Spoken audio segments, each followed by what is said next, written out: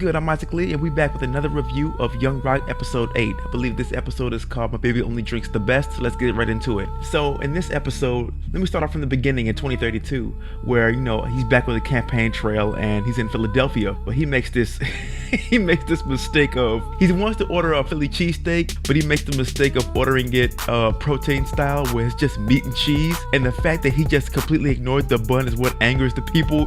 People got up signs talking about no bun, no vote. You got one lady talking about how the bun soaks in, it holds in all the flavor and things like that. And I was watching this and I was like, as silly as this is, I'm kind of on their side. You don't come to our city, eat one of our things that we're most known for, and kind of just eat your own specialized version of it. It's like, nah, you enjoy things the way we make it, or you don't get our vote. I was kind of on that side. I'm not even gonna lie.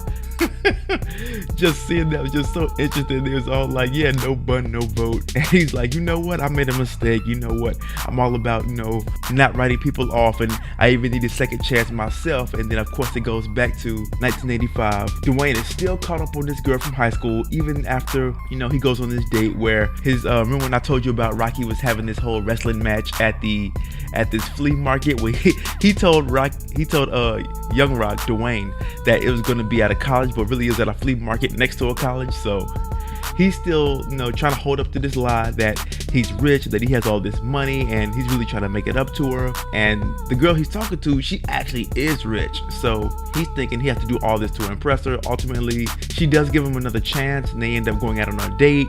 But his worry is that, the truth is that he's really poor, but he's been living up this lie about, basically working the gimmick, which he got from his father, which definitely backfired even more so in this episode. He's all worried about, man, I can't take it to my house because we're poor. I need to show we got money, this, that, and the third.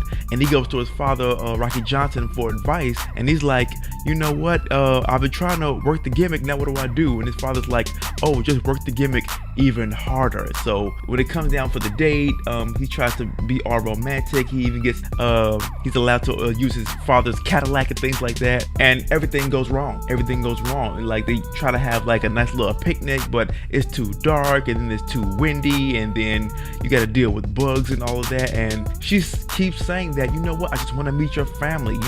I want to realize, or I want to see what it's like to have just a Samoan meal, things like that. I want to get to know you. But because he's so caught up in the world she comes from, which is very much so rich, and he's not, immediately he's like, okay, you're not going to understand where I come from. And that's what it ultimately leads to. It leads to him just saying that the reason I never brought you to my house is because I'm poor, you're rich, your life is seemingly perfect, you're not going to understand where I'm coming from. And she even, to a degree, even admits that, okay, yeah, I'm shallow, but you didn't give me a chance. And I understand where she was coming from, but I had to go back a little bit. And I'm like, wait a minute, you just admitted you're shallow. I'm like, and then you're wondering why I didn't give you a chance? Seriously? How does that work? I'm like, he was trying to live up this lie. And I love the fact that Otter kind of jumps in, because when she finds out that Rocky told him to just work the gimmick, she's like, how about working a solution? You're worried about some girl.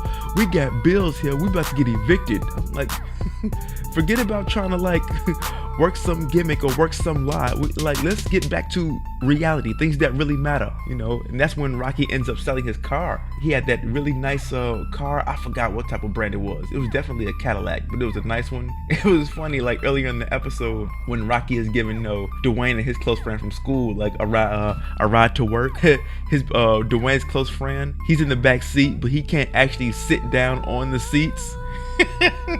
so he kind of has to be in a squat position where he's just hovering above it. It's just funny.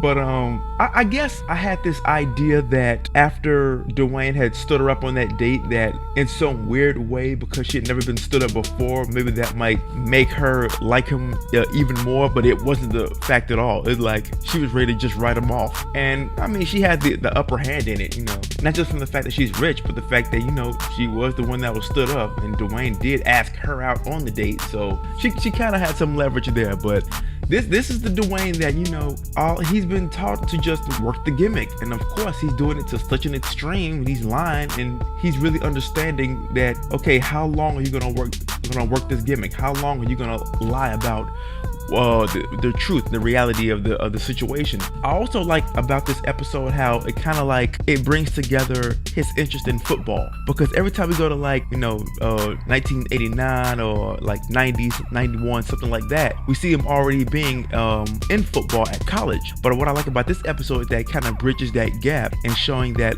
he gets introduced into football in high school, and how a particular coach who he had a bad encounter with was actually interested in him being playing on the team, talking about how this can open up all these opportunities for him. And at first he's like not really interested in it, because he's been growing up around wrestlers, so to kind of bring up football, it's like, nah, that was not really me. But he gives it a shot, and I like the fact that they kind of like bridge that gap between the first time someone really introduces them to the idea of being on a football team, and then it kind of like makes sense when you go to the future a few years later when he's in college. But all in all, I mean, it was another interesting episode. But I still keep going back to the beginning where what was going on when he thought about getting that Philly cheesesteak, just protein style. And I was like, and why do you have to attack it so viciously with just the meat and cheese? I was like, who does that? But anyway, at the end of the day, those are just my thoughts. But what are yours?